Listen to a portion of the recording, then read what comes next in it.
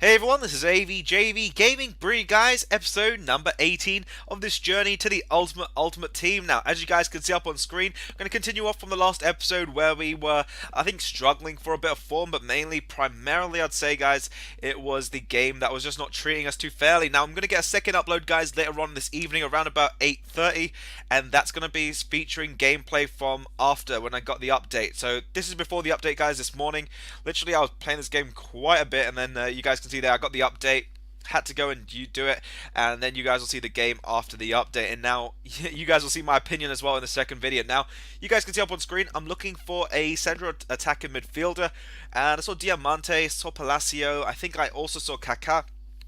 But I decided, you know what, there is another player that is missing from this list, and it's one that's going to be very familiarly used. Now, I'm not talking about Hamsik or Guarin, I'm talking about Sebastian Giovinco, and I thought, may as well search him specifically to reduce all the other players, because we could get literally pages full of different players that I could have in that cam role, and I want to make the team now really solid. It was between improving this Serie A side, guys, or going with an all-out blitzy, attackive Bundesliga side with Mandzukic. But I heard, there was going to be an update, so at the time I decided I'll kind of hold out on that because I'm not too sure what the update will bring. So you guys can see up here now, I think I've got a Diamante and the transfer targets. He was a really good player. No, I've got Giovinco. Now, I've got Diamante. I'm going to go put a bid on him in a second. But Diamante, guys, he was a right wing last season, and then he got an informed card that gave him I think it was a team of the season card, gave him a cam position, and this year he's been playing in that position in the Serie A. Now, Giovinco, cheapest on the market, I think is 3,100 coins. And I think I settled for the buy now. I just couldn't be bothered to wait and go and pick up one for a current bid. As when you're in that mood to wanting to play the game, you just want to get things started, and it also sort of keeps the market at a competitive price if you keep picking up players on buy nows.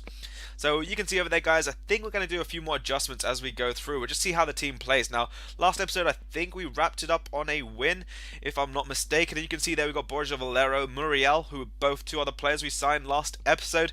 And I said, you know what, Giovinco, 3,000 coins, he has to perform for us. Now, eventually, my opponent does decide to ready up. And that means we're going to go into our first game of the episode.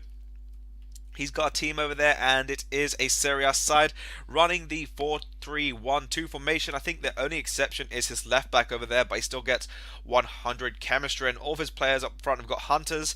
Then he's got Engine, I think it's Gladiator, and Anchor, and Cat on the other players. I think it's Caceres, and also Marchetti. Now, guys, you can see over here, get the ball with Borja Valero, just going to use a bit of dribbling over there, getting into Sebastian Giovinco. The ball falls down to Muriel, and this is literally a big clutter of mess, and then eventually Sal gonna make it look so smooth, but that finesse shot with his left foot getting into the top corner, and the keeper is not able to save that. Even in Marchetti with a chemistry style on him is not able to save that. Now Sal over here finding a beautiful ball into Borja Valero, and he gets up another goal over here to give us a 2-0 lead in the 34th minute. So looking a bit promising, guys, and always normally that's how the game is, a little bit at the best of times, and then sometimes it just goes downhill. But look, Muriel gonna switch it around, dodge Ogbonna to put it in over there in the 39th minute to give us the 3-0 lead. So we're kind of running away from our opponent here, and you guys can see up on screen we were in the half-time, bit higher on possession, which is kind of a rare feature, and shot wise playing a bit better. And you can see over here I go for the finesse shot, falls down to Giovinco, try to get it back to Callahan, but it falls to Borja Valero. I'm going to try a long shot, and look at that, guys, just off the post. You're so unlucky not to score a long shot, and you guys do know I like playing with a few long shots. And I also got to play YouTuber SJH Sports yesterday, guys. It was on his channel.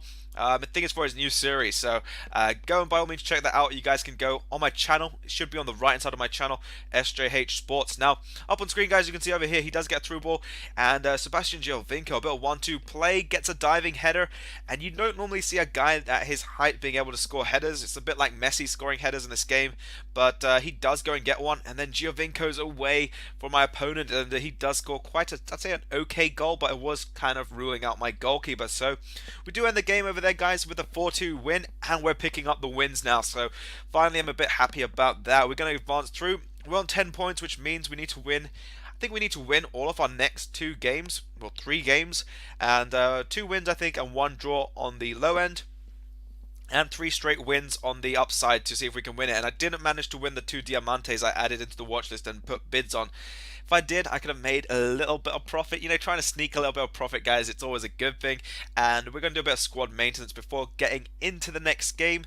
Give, I think it was Gambarini and Inler both contracts. Now, Inler, guys, got good long shots. Gambarini, pretty much my player over there who's just going to use the defensive side and try to get headers off. Now, you guys can see here my silver Italian side there is De Sena. He was injured and I was looking for a contract, had to settle with giving him the overall bigger fitness card, so the overall, sorry, healing card.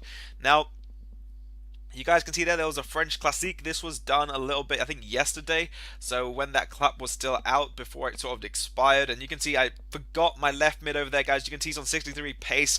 Only realizing that now that he actually had 63 pace. So, yeah, it was kind of a downfall because that's probably what's going to prevent him from getting to his maximum potential in the game with his higher fitness.